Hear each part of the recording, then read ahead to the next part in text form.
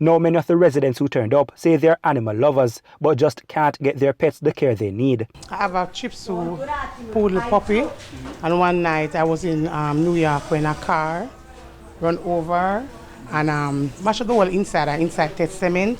I asked time, so my sister know Miss Tammy, and Miss Tammy did take care of my dog for me. She do a surgery, a big operation, cost her $45,000. Yeah, Jamaican dollar to do the operation. The groups now hope this initiative will help to educate people about how to treat their pets. Any community still ghetto. They beat dogs, them run them down, them chop them up. Now care them get them pretty, them take them. You might be grow a lot of dogs in your home and them come at your home and see your dogs and they like your dogs. And when you give them the dogs, them beat them after and put them out and all kind of things happen to them.